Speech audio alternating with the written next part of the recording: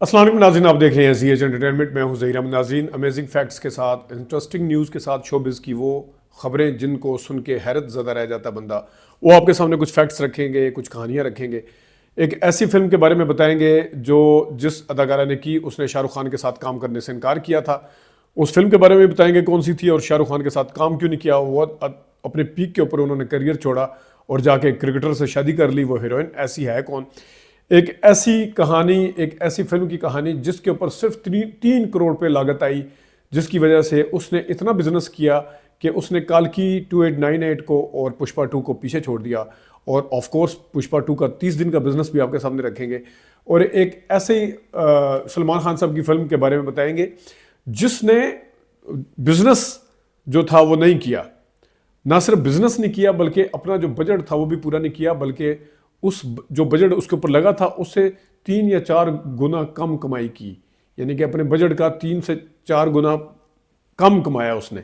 ऐसे भी जहां सक्सेस स्टोरीज होती हैं बड़ी बड़ी, वहां पे ऐसी कहानियां भी होती हैं जो कि आपको बताएंगे। इसके अलावा एक दो स्टोरीज और भी बताएंगे। सबसे पहले हम शुरू करते हैं एक ऐसी फिल्म जिसके ऊपर 3 करोड़ रुपए की लागत आई। 2024 में आने वाली वो फिल्म है और उस फिल्म ने प्रॉफिट के, यानी कि कितना अपने बजट के अगेंस्ट कितना प्रॉफिट कमाया, उसमें पुष्पा 2 जिसका आजकल बड़ा डंका बज रहा है और काल्की 2898 एडी इसका भी बड़ा डंका बजा था किसी ज़माने में, उसके मुकाबले में ज़्यादा प्रॉफिट लेके दिया। 3 करोड़ की फिल्म ने ज़्यादा प्रॉफिट लिया और फिल्म में कोई स्टार शामिल नहीं था, कोई बड़ा स्टार शामिल नहीं था। फिल्म के बजट से आपको पता है कि जहाँ बड़े बड़े स्टार आते हैं वो वहाँ पे बजट भी बढ़ जाता है उनके, क्योंकि फीस या उनका मुआवजा जो है बहुत ज़्यादा हो जाता है। तो फिल्म है मलयालम फिल्म, है प्रेमालू। प्रेमालू जो है प्रेम मालू। तो प्रेमालू जो है वो आलू नहीं है, प्रेम मालू। उसने 3 करोड़ के बजट में वो फिल्म बनी और उसने 118 या 119 करोड़ रुपया कमाया, जबकि काल्की 2898 600 करोड़ में बनी, उसने 1200 करोड़ कमाया। यानी कि कितना कमाया? 2 गुना ज्यादा, दुगना कमाया। बजट 600 करोड़, कमाई 1200 करोड़। अभी आपके सामने जो फिल्म लगी हुई है पुष्पा 2, उसने कोई 350 करोड़ की वो फिल्म बनी है। अगर उसको अब 1800 करोड़ भी लगाएं तो कितना, तकरीबन 3.5 गुना ज़्यादा कमाया, या 4 गुना कर लें, चले 5 गुना कर लें, 5 गुना चले ज़्यादा कमाया। 2000 करोड़ हो ही जाएगी, वो कर लेगी जब तो। लेकिन इस फिल्म ने, प्रेमालू ने 3 करोड़ में बन के 118 या 117 करोड़ कमाई की, तो ये 45 गुना ज़्यादा बनता है।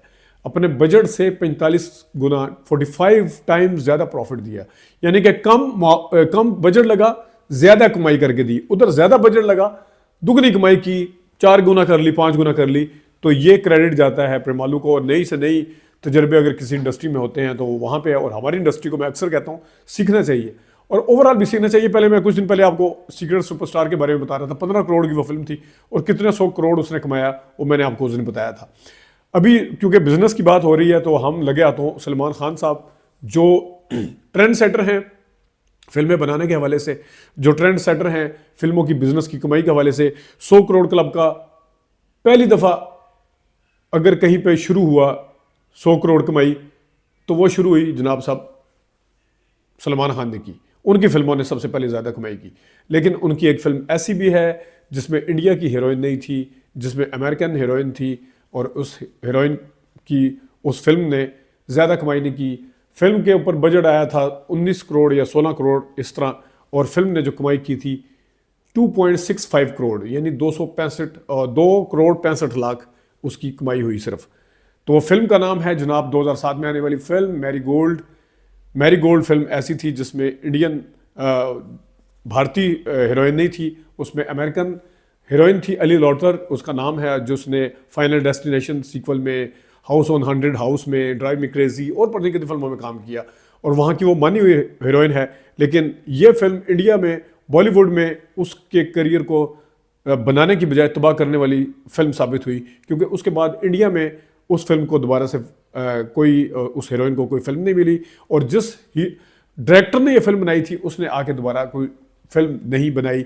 और ये सलमान खान साहब के क्रेडिट के ऊपर एक ऐसी फिल्म है जो एक किस्म का धब्बा कह सकते हैं आप। तो ऐसा भी होता है। और एक स्टोरी इसी से जुड़ी हम आपको बताते हैं जनाब। फिल्म थी एक, उसमें श्रीदेवी को वो फिल्म ऑफर हुई थी। श्रीदेवी ने वो फिल्म लेने से इनकार कर दिया था। वो फिल्म किसको ऑफर हुई थी और किस तरह उस फिल्म ने कमाई की थी, इसके बारे में आपको बताते हैं जनाब। फिल्म का नाम है क्रांतिवीर और ये फिल्म जो थी 1994 में आई। इस फिल्म को ऑफर किया गया श्रीदेवी वाला, श्रीदेवी को एक रोल ऑफर किया गया।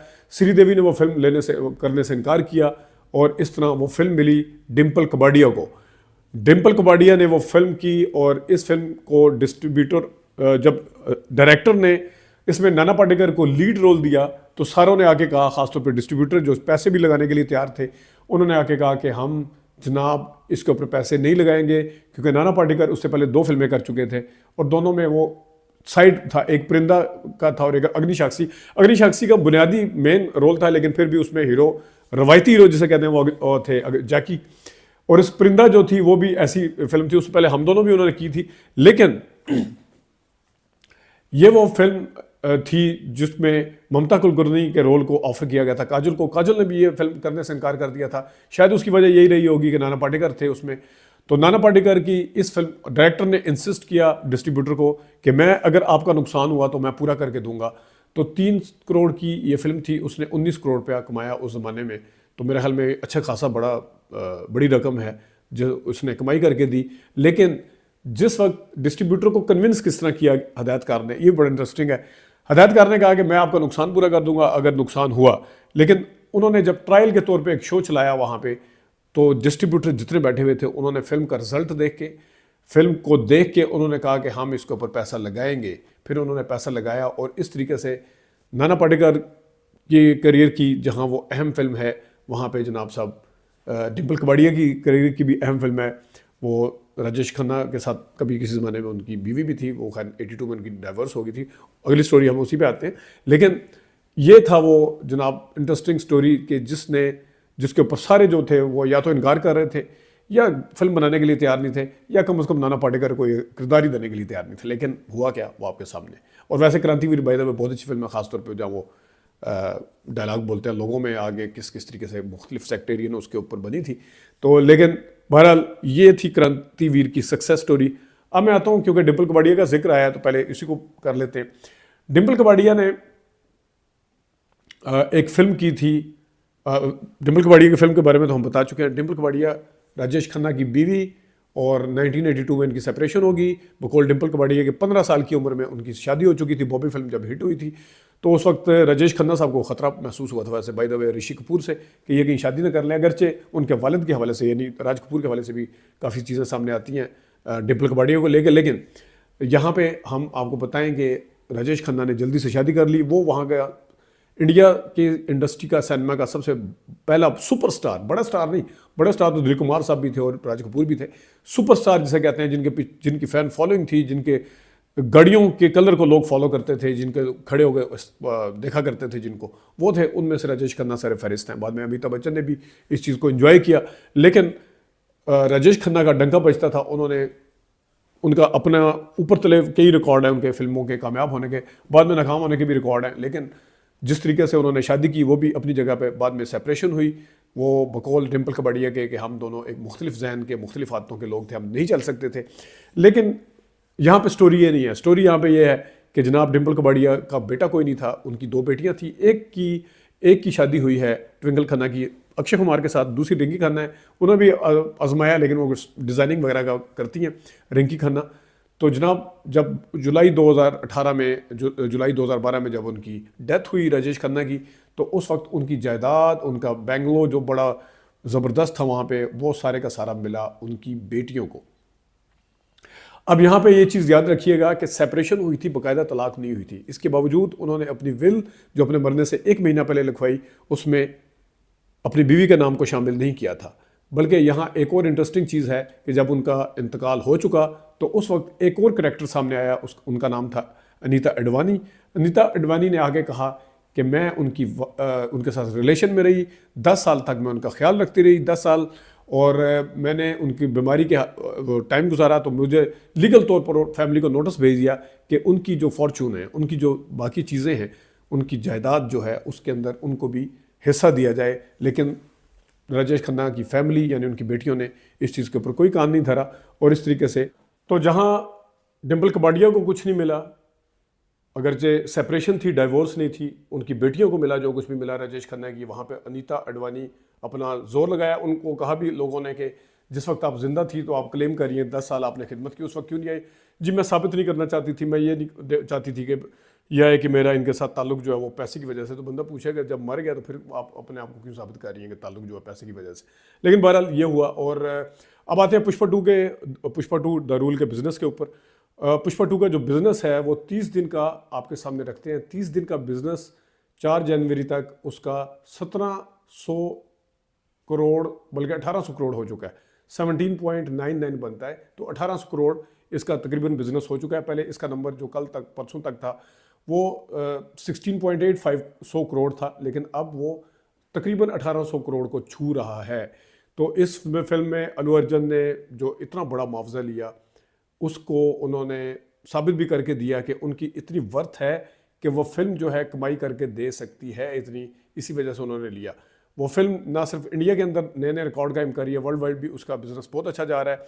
लेकिन जो 30वें दिन का बिजनेस था वो 21% ड्रॉप हुआ पर डे के हिसाब से। पर डे जहां उसका तीसरे चौथे हफ्ते से 5 करोड़ पर डे चल रहा था, वो ड्रॉप हो गए 3.85 करोड़ हुआ जो है वो 30वें दिन 30 डेज के ऊपर जाके हुआ।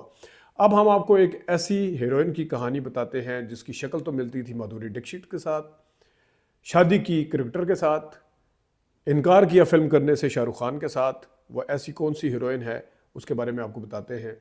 उन्होंने 2-3-4 फिल्मों में जब काम किया, फिल्में उनकी हिट हुई, संजय दत्त के साथ भी आई वो, और भी दूसरे हीरो के साथ आई। लेकिन इसके साथ उन्होंने अपने पीक करियर के ऊपर जाके फिल्म इंडस्ट्री को खैर बात कह के शादी कर ली। हीरोइन का नाम था फरहीन खान। फरहीन खान को आप देख सकते हैं, माधुरी दीक्षित, ये मैं नहीं कह रहा, ये अखबार और मैगजीन और जितनी वेबसाइट वो बताती हैं कि इनकी रिजेंबलेंस जो थी वो माधुरी दीक्षित के साथ थी। और इन्होंने फिल्म की जान की बाजी में भी थी और फिल्में भी इन्होंने की। लेकिन जो फिल्म इन्होंने इनकार की वो फिल्म थी बाजीगर। शाहरुख खान की बाजीगर फिल्म उन्होंने इनकार किया, और इनकार की वजह ये थी वो कमल हसन के साथ एक फिल्म कर रही थी, उसका पता नहीं क्या नाम था, जो भी था, डेट का क्लैश था, इस वजह से उन्होंने इसको इनकार किया शाहरुख खान के साथ फिल्म करने को। और वैसे भी शाहरुख खान बाजीगर तक डर में आके अपने आप को स्टैब्लिश अपना सिक्का जमा चुके थे कि बहुत अच्छे आर्टिस्ट हैं, लेकिन मार्केटिंग के पॉइंट ऑफ व्यू से, स्टारडम के पॉइंट ऑफ व्यू से किंग खान नहीं बने थे वो। लेकिन इसके ये कहानी यहाँ ख़त्म नहीं होती। इसके बाद इस हीरोइन ने जब अपनी पीक के ऊपर थी तो एक क्रिकेटर से दोस्ती की। क्रिकेटर जो क्रिकेट देखते हैं उनको पता होगा कि मनोज प्रभाकर एक बहुत ज़बरदस्त टेस्ट क्रिकेटर थे। वो पिच पे खड़े हो जाते थे तो जान ही नहीं छोड़ते थे फिर। तो उनके साथ उन्होंने शादी की, दोस्ती यारी हुई पहले, उसके बाद शादी, और शादी के बाद अब वो फिल्म इंडस्ट्री से उस ज़माने से दूर हैं। अपने वेयर अबाउट्स का सोशल मीडिया पे बताती रहती हैं, अपनी एक्टिविटीज़ के बारे में भी बताती हैं, लेकिन वो फिल्म के ऊपर दोबारा कभी नहीं आई। तो नाजरीन, ये कुछ स्टोरीज़ थी जो आपके सामने रख दी थी। अपना ख्याल रखिएगा, पिता के लिए इतनी इजाज़त दीजिए। अल्लाह।